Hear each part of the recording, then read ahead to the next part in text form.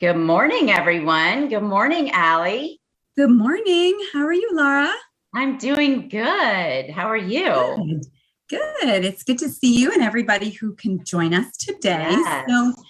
today, welcome to Natural Heart Doctor and home of the 100-Year Heart. I am Allie Richmond and this is Laura Hill, and we're health coaches here at Natural Heart Doctor. And we're here today to talk about fasting as we approach our 100-Year Heart Challenge, which is formally called 21-Day Happy Heart Diet. And so we want to just address some of the myths around fasting or prolonged fasting. Yes. And basically, so our program, ultimately, for those of you who don't know about it, it's a 21-day meal plan and fasting program, and it's designed to support weight loss, improve blood sugar, balance hormones, improve cholesterol, reduce blood pressure, risk of cardiac events, digestion, just promotes overall healing as well. So, and so much more than that, but that's the gist of the program. And we end up fasting twice for 3 days, and in between following a very nutrient dense keto diet, which allows that fast to be easier. However, there are definitely people who should not do prolonged fasting. And we just want to go through some of the reasons that you may not want to fast or where you Yes. might need to make adjustments. Yes. So people who are severely malnourished or underweight, wasting can occur when the body fat falls too low. So when your BMI is low, the stored energy from fat has run out, and then the body will burn functional tissue to survive, and that will be wasting. We don't want that to happen. Yeah, absolutely. And also children under 18. So proper growth really outweighs all other concerns. And children must have essential nutrients for proper growth and development of vital organs, especially the brain. Puberty also requires tremendous amounts of nutrients. So they can skip a meal. And of course, children do fasts overnight, sometimes 12 hours, a little bit more. And those are just fine. But the longer prolonged fasts are definitely not advised for very young children. And even in the past, children have always been excluded from religious and cultural fasts just for this very reason. It doesn't support their health. Yes. Also, pregnant women. Pregnant women need to maintain their blood sugar, which also maintains the baby's blood sugar. Energy and nutrient needs are higher in pregnancy. This keeps the baby thriving and the mother energized and healthy. Babies are growing and need all their nutrition throughout their day as well. Fetal development is paramount. Nutrient deficiency at this time could cause irreversible harm during this critical period. Again, pregnant and breastfeeding women throughout history have been excluded for cultural and religious fasts. Yes, and speaking of the breastfeeding, women definitely need more calories when they're nursing for their milk supply and energy to make the milk. And then babies get all of those nutrients from the mother's milk. So it just can't be deficient in those vitamins and minerals. Yes. So there are some situations that we need to be cautious about, and you can still fast, but you do not want to do it alone. You will do it with supervision, like you're going to get in our 100-Year Heart Challenge. Dr. Wolfson, Dr. Latanza, they're all going to be part of this challenge. So if you have a concern or you're not sure, we want you to check with your doctor to see if prolonged fasting will be okay with you. Yeah, and so there's these conditions in which you might be concerned, but we kind of want to talk through them a little bit. And the first one is if you have gout, you've probably been told, you can't fast because uric acid elimination through the urine does decrease during fasting, which can then cause uric acid to rise. And in theory, this can worsen gout for a short time, but it won't actually necessarily cause gout. And most who have a history of gout are really just fine with fasting. And through fasting, you will actually heal and then work to eliminate those causes of the gout in the first place.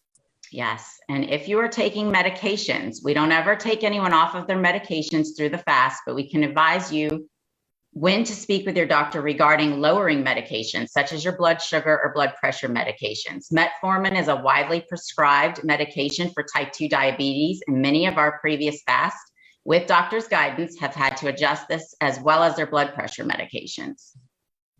Yeah, absolutely. And speaking of metformin, people who have type 1 or type 2 diabetes, if you're on insulin, then just dosage may need to be adjusted. Blood sugar can Yes. definitely drop, which is a good thing. We want to move to the point where you don't need that medication. So then the fasting may need to be altered.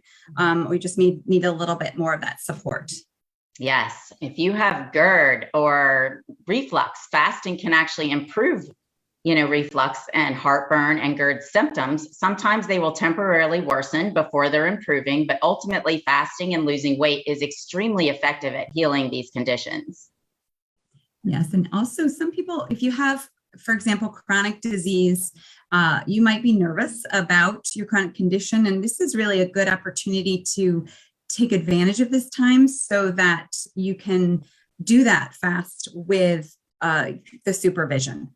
Yes. And if you're in the group of the elderly, which we do have a lot of folks in this group, if you're in good health, you're not underweight, the fasting can still be good for you with the supervision in the group.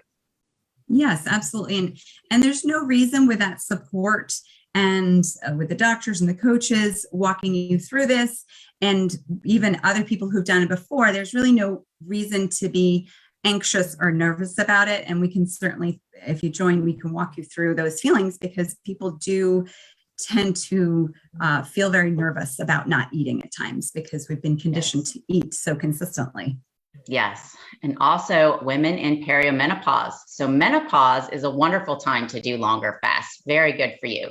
In perimenopause, we want to plan them carefully to honor the hormonal changes that are occurring, because this is a very significant time in our lives. Yeah, absolutely. And so through this 100-Year Heart Challenge, we just mentioned these categories that might need supervision.